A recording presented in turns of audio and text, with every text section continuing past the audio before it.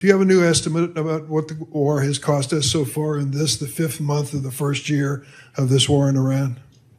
Senator, the estimate we have as of today is $37.5 billion. And is the current activity, which we've been told about, the exchange of fire back and forth in Iran, an indication that that number is going to go up in the months ahead? Some of that number captures additional O&M, mill pay, and other that would be anticipated through the fiscal year. So some of that anticipates what costs would be going out in the future as well. So the new number you've given me is what? $37.5 billion. And that represents the cost of the war through what period of time? Through now for certain aspects of it, but also mill pay, O&M, other anticipated costs through September 30th, Senator. General Caine, let me ask you a question. I joined a group of senators, some are here, Senator Rounds, Senator Coons, Senator Shaheen, and met with President Zelensky in Turkey during the NATO summit. He was very explicit in terms of what he needed to win.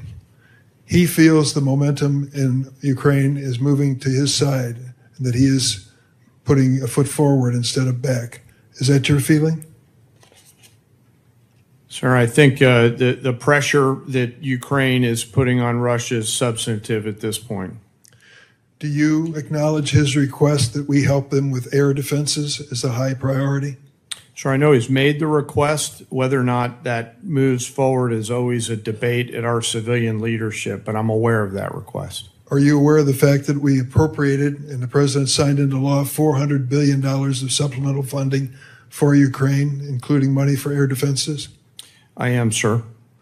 Are you also aware the administration has informed us that that money will not be available in many aspects until the next president is in office? Sir, I'm not aware of that. My understanding was that capital had been allocated, but I'll have to defer to my civilian leadership. I'm sorry to tell you the pay plan tells us to be prepared to spend that money in fiscal year 29.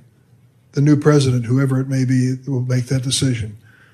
If you're talking about air defenses and the momentum on the side of Zelensky, what impact will it have if we cannot fund this for 3 years?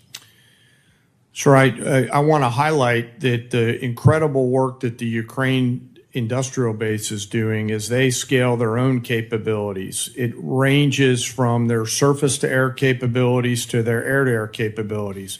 I'll note that recently we had the first air-to-air kill where a Ukrainian F-16 shot down a Russian fighter.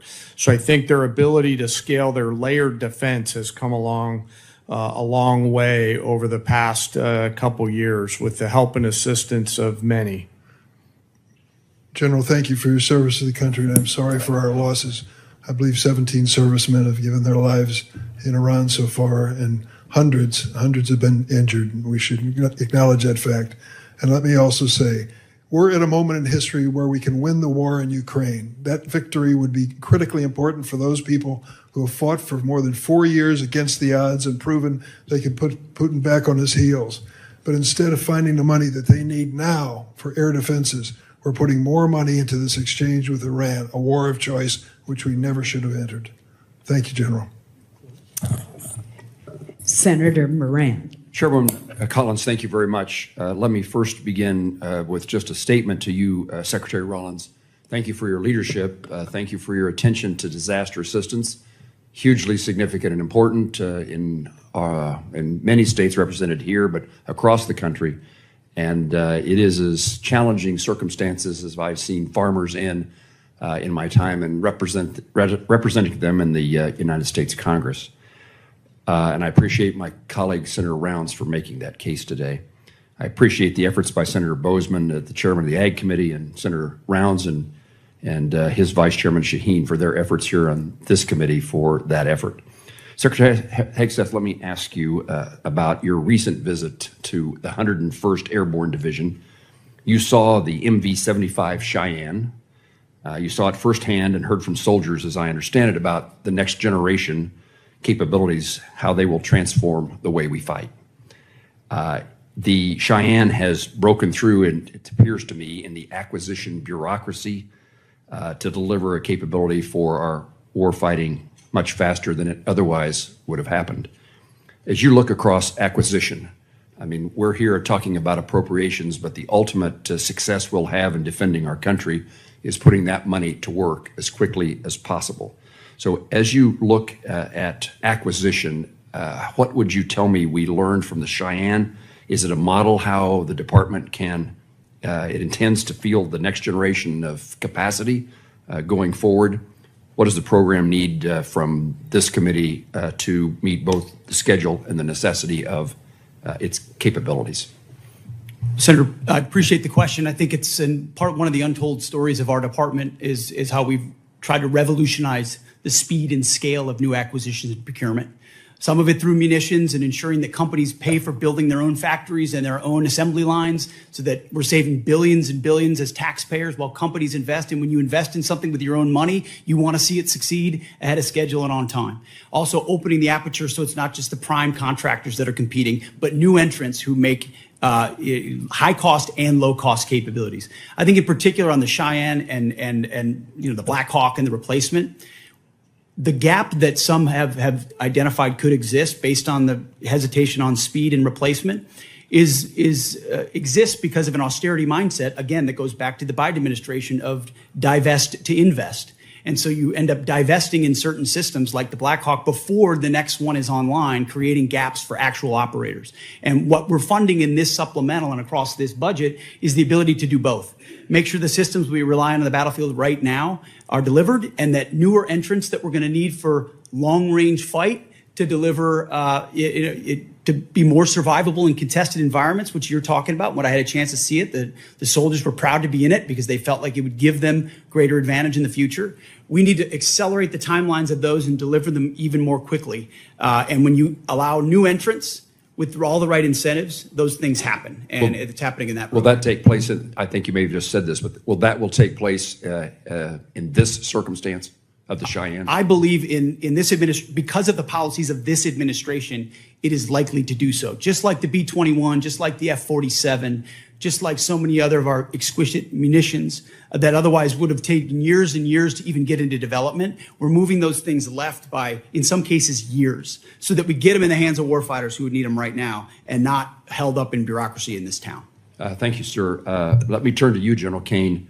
The department is requesting a significant supplemental to address the ongoing operational demands. Our adversaries are watching how we resource this moment. Beijing, Moscow, Tehran are all increasingly coordinating their activities and intelligence. In your judgment, do you believe our adversaries view this moment as an opportunity to exploit U.S. commitments elsewhere? And how does this supplemental ensure our deterrence posture and our commitments to allies remain credible in every theater all at once? Well, sir, thanks for the question. In my job, it's to look across the globe and look at the range of trade-offs out there. We are the strongest military in the world. Our adversaries still fear America's ability to project power at the time and place of our choosing. There is no doubt that they are aligning, as I've said before. And I think this supplemental and whatever funding structure the Congress, working with the executive branch, decides to structure and give us the capital, we'll use that capital to ensure that we sustain that, sir. You're assuring us that this supplemental and further efforts will reduce the risks to our nation and its national securities issues. Yes, sir. I view this, and I've spoken to some of you on the phone leading up to this. I view this as future investments to buy down risk, similar to what I said Marshall thought through in those heady days in 1940, where the need to invest capital early to deliver scale is an opportunity that I hope we don't miss, Senator. General, thank you. Thank you, Chairwoman. Senator Reed. Thank you, Madam Chairman. Secretary Rollins, I just want to reiterate a point that Senator Padilla made. We have $10 billion in this request for Midwestern farmers who are suffering because of the interruption of fuel and fertilizers because of the President Trump's war, unauthorized war. Yet, many states, blue states particularly, have submitted requests. Rhode Island has one. February, we had the worst snowstorm in our recent history. and we've been denied by the president. In fact, if you look at the numbers, 20% of blue states seem to get approved and about 80% of red states. I'm making a point, not asking a question. This is unfair. Thank you. Secretary Hegseth, on February 28th, when you initiated this war without authorization from Congress, the Straits of Hormuz was open and providing vital fuel supplies for the whole world. Now they're closed effectively, impacting globally the price of oil and the economies of the whole world. But the Department of Defense has been planning for potential operations against Iran for many, many years. And one of their obvious assumptions was that the Strait of Hormuz could be closed. Were you unaware of that? Senator, you are correct. Nobody plans more and looks at more contingencies than our department. And so, of course, undertaking a historic effort like this, of this scope and scale, of course, the Strait of Hormuz was front and center in every single aspect of that. Hence why one of our key objectives to begin with was to sink the entirety of Iran's Navy, which its conventional Navy was sunk. Now, you can't get rid of every single fast boat and every single machine gun and a fast boat or every single coastal cruise missile. So we acknowledge that if the state decided to become a terror state shooting at commercial shipping, that would be an ongoing and contested part of the battle, to include their willingness to mine international waters. So one side weaponized the Strait, and we've been fighting back. Completely aware that the Strait of Hormuz could be closed, and obviously sinking their ships has not affected their ability to effectively close the straits. We had U.S. boats that surrendered to Iranian ships under the Biden administration. So their Navy was effective in expeditionary ways. We're talking about a war you started, not a situation in which oil was flowing freely. There was no conflict. We weren't losing personnel as a result of Iranian actions. So your fallback to the Biden administration is just a very, very obvious excuse for what I think is probably, as you described so often, gross negligence. You did not fully inform the president that you would be in a situation where the Strait of Hormuz could be effectively closed, oil prices could surge, and effectively the Iranians could maintain their ability to strike back as they are right now. They just killed some of our servicemen last weekend. This battlefield and all the dynamics of it, of which the chairman and I are responsible for ensuring the president understands every branch and sequel of what could happen, and we did. So the fact that those contingencies all were part of the possibility, and we understood that, is all the more reason why President Trump deserves the kind of praise he should get for undertaking this effort, having the courage to ensure that crazy Islamists can't have a nuclear weapon to hold us at issue. And he's been willing to stay committed to that regardless of the challenges. So he should be praised. He should be praised for starting war without authority, creating a situation in which the world economy is suffering tremendously. We have to have extra money for our farmers, and we have no outcome, at least no realistic outcome in sight yet. Let me switch to General Caine. General Caine, these airstrikes have not yet deterred and defeated the Iranians. Do you think airstrikes alone will do that?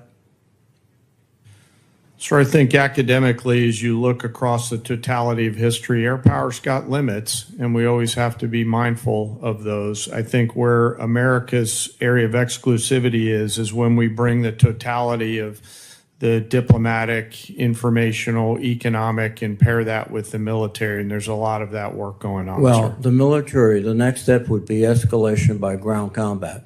Do you anticipate that escalation? Sir, I think it'd be unhelpful for me to opine on hypotheticals. What I can tell you is we always develop an unbelievable amount of options and the associated risks, and then my main job is to always ensure that leaders understand those options and the risks. Now, if you employed ground troops to seize objectives, which I would assume would be the first stage, are you prepared for an extended guerrilla war, which would likely happen in that area? Sir, with all due respect, I think it'd be unhelpful for me to opine on hypothetical situations, on whatever decisions the president may or may not take in the future.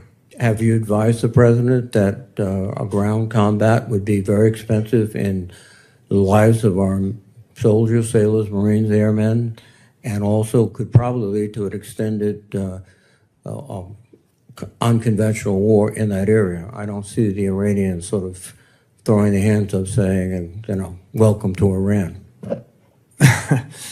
Senator, I always advise the president on a range of military options and all of the risks that are contained within that, but I have to keep my military advice to the president private, sir.